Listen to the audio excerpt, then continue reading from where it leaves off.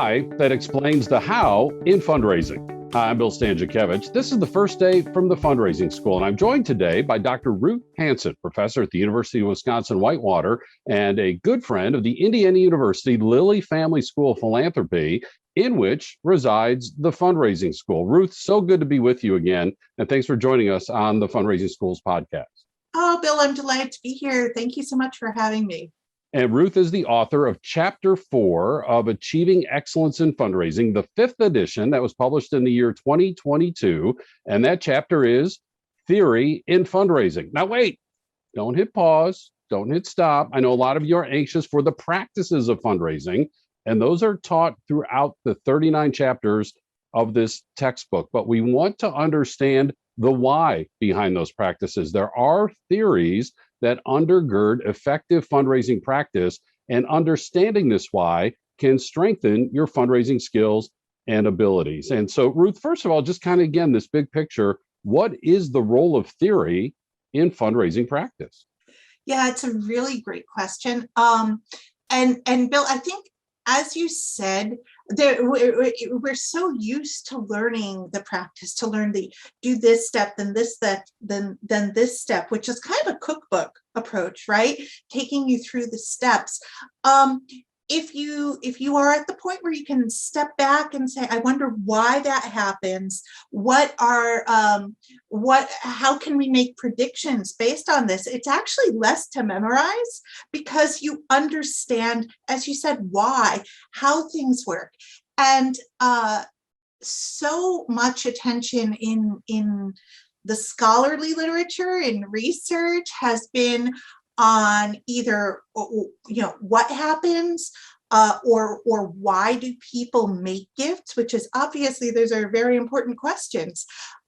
There hasn't been as much on, well, why do we do what we do with fundraising? How does it actually work?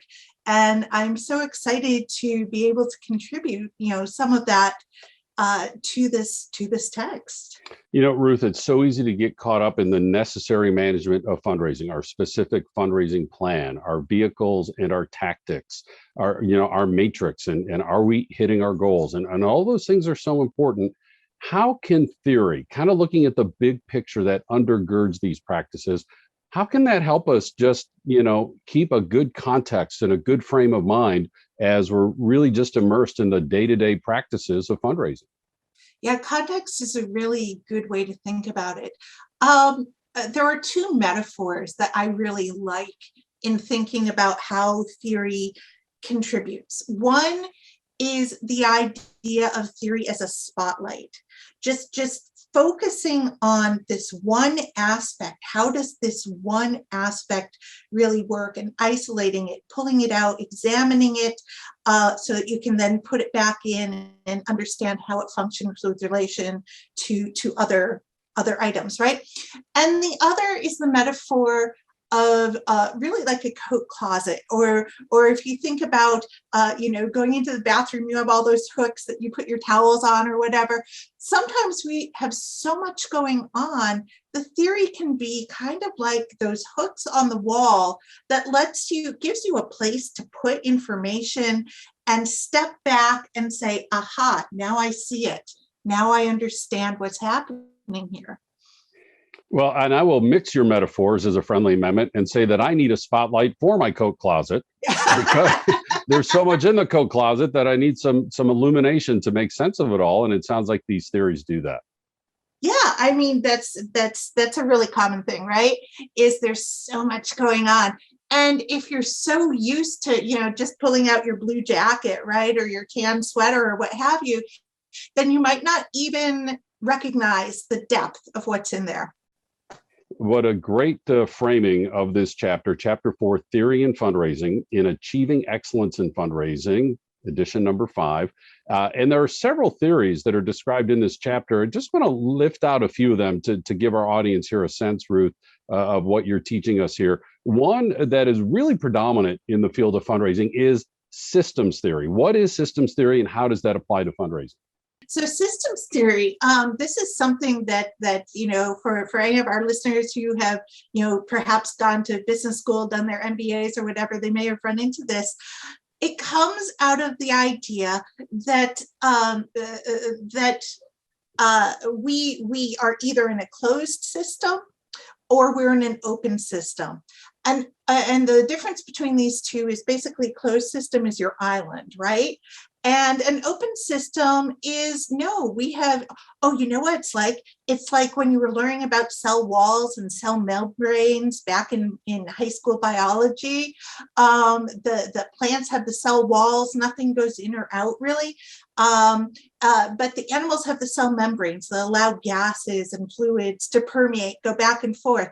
Well, that could just as easily be support, right? That could be funds coming in, but it's also us going out and interacting with the community, which of course we as fundraisers do.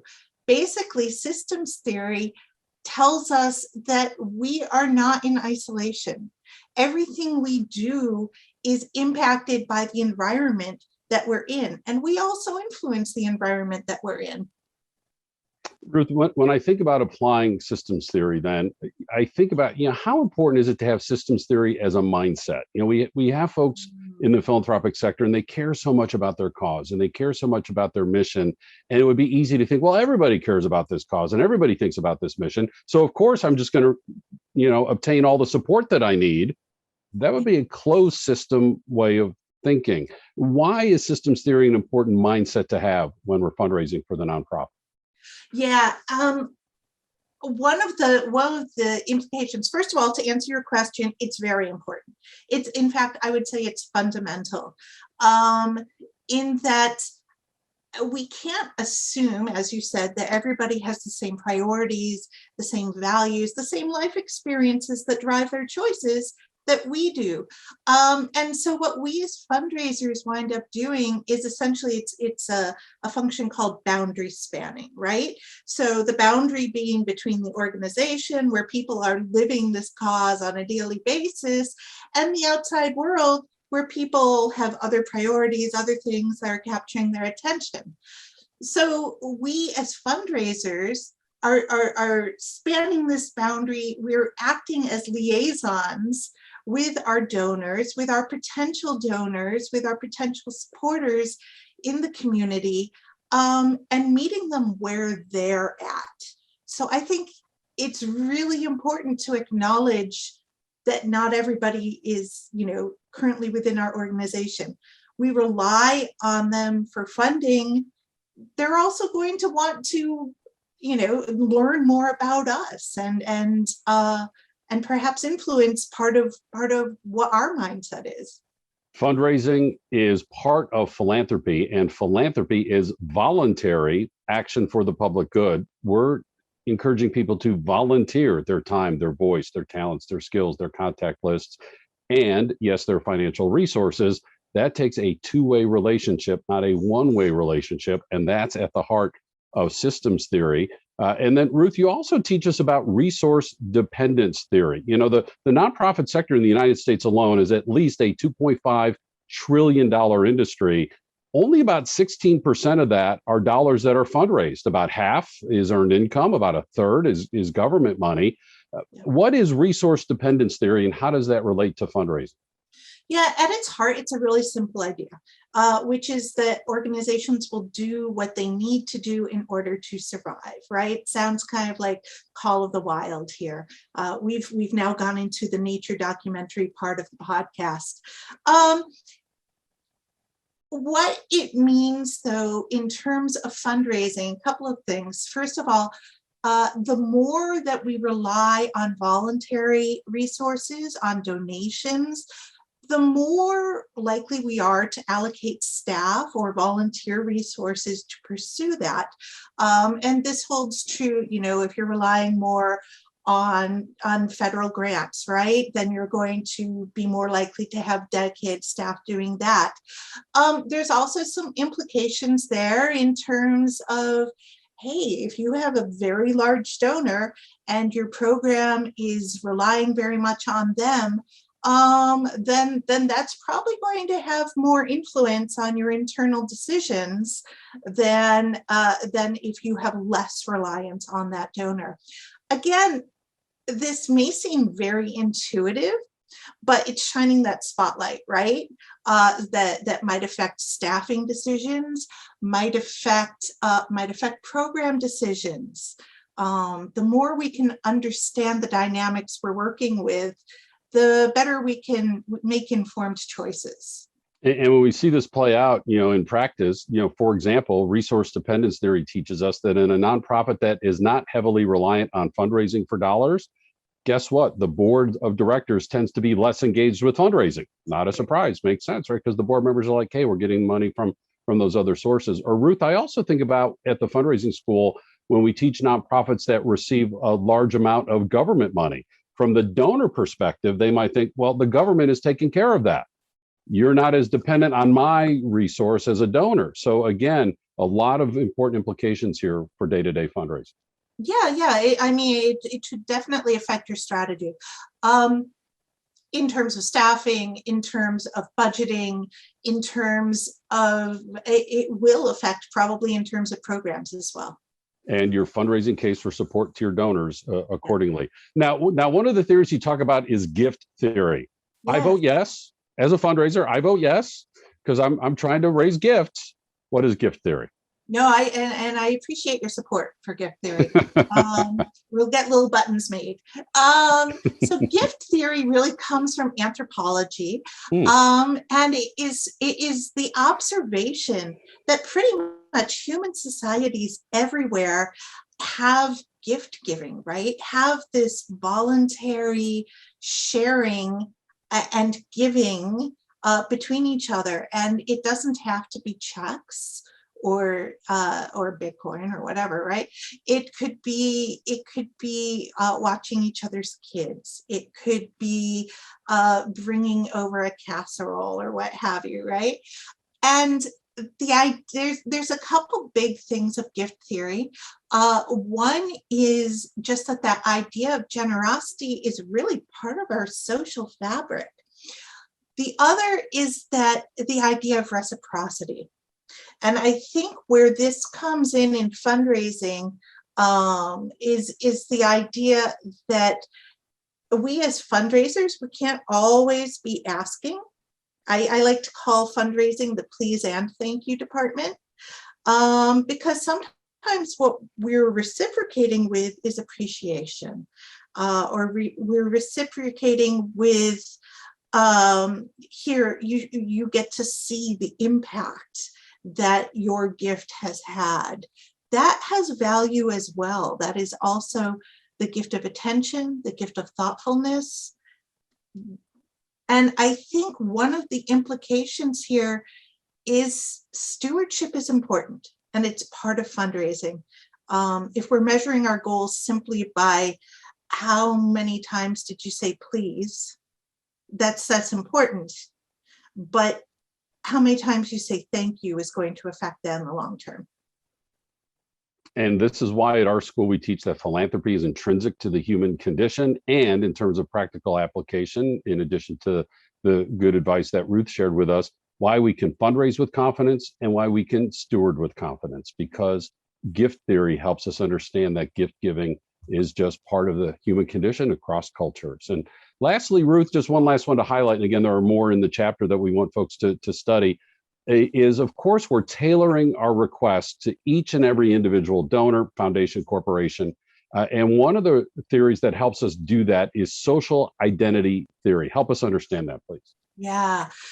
So there's a lot to unpack in social identity theory, but the key aspect there is that we have not just our own personal identities, but also our memberships, our affiliations with different groups that help us understand who we are as part of society.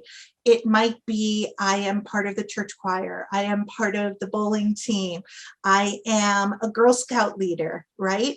And so how you act in any given situation might be affected by who you're around. If you're around other members of the choir, you're going to fall into those habits. If you are around other, parents from the Girl Scout troop, that might affect your behavior. But it also means that if this identity is prominent or salient is the technical term. In other words, it's got that spotlight on it. It's part of what how you're reacting in a given moment. That's going to affect your decisions as far as saying yes, as far as what you want to support. And if you see giving to a certain charity as being part of your identity, for example, I am an alumna of IUPUI. If I am with a group of other people who also went to IUPUI, then the idea of supporting that school is going to be much richer, much more top of my mind, much more tied in with all of my good memories than if I'm currently in some other kind of social identity moment. And not just how I identify myself, but how I identify myself in relation to others. It's social identity, not just self-identity. And it's those relationships that can help influence charitable giving decisions. And folks, as you can see here, that's why we ask you not to hit pause or hit stop. As you can see from Dr. Ruth Hansen's expertise, her wisdom, and her wit, that there are theories underlying effective fundraising practice.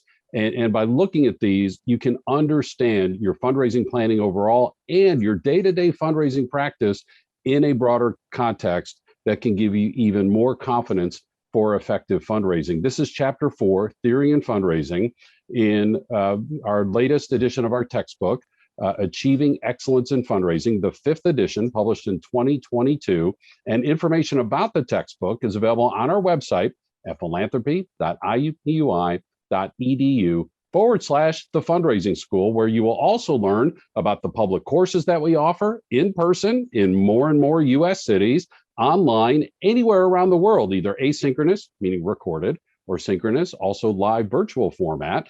We have our quarterly webinars and, of course, these free weekly podcasts at philanthropy.iupui.edu/the fundraising school. I'm so grateful to my friend and colleague, Dr. Ruth Hansen, the author of Theory in Fundraising. Our producers today are Mike Anthony and Jennifer Boffman.